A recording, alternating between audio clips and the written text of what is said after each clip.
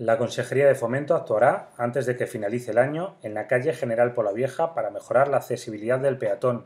Miguel Marín ha presentado el proyecto que contempla obras de mejora en el margen derecho de la vía, según el sentido de circulación de los vehículos, entre la calle Músico Granados y avenida Donantes de Sangre.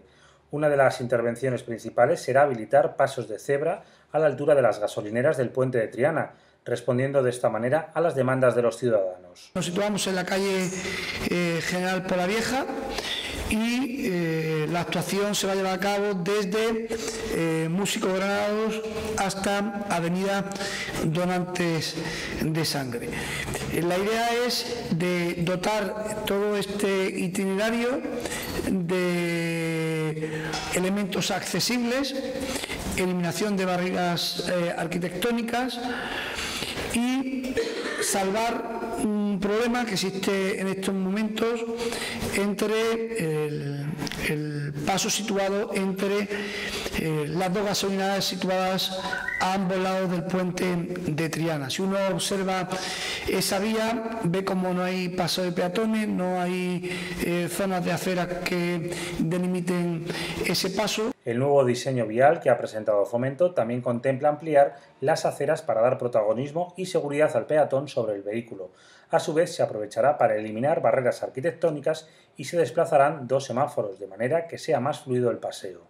Es una actuación que va a tratar de ampliar las aceras, de colocar nuevos pasos de peatones, de mover algunos semáforos para ensanchar ese paso existente en estos momentos. En definitiva, se trata de hacer más fácil el paseo del ciudadano por esa zona.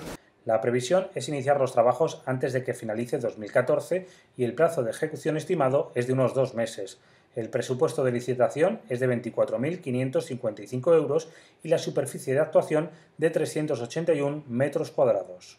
El importe económico de esta obra de licitación será de 24.555 euros.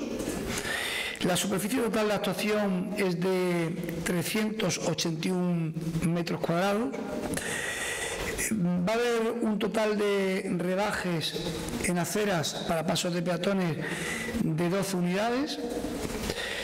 El traslado de semáforos a los que hago referencia serán un total de 2. Y se van a colocar 4 volardos precisamente para evitar que vehículos puedan sobrepasar las líneas marcadas en determinados tramos de este recorrido.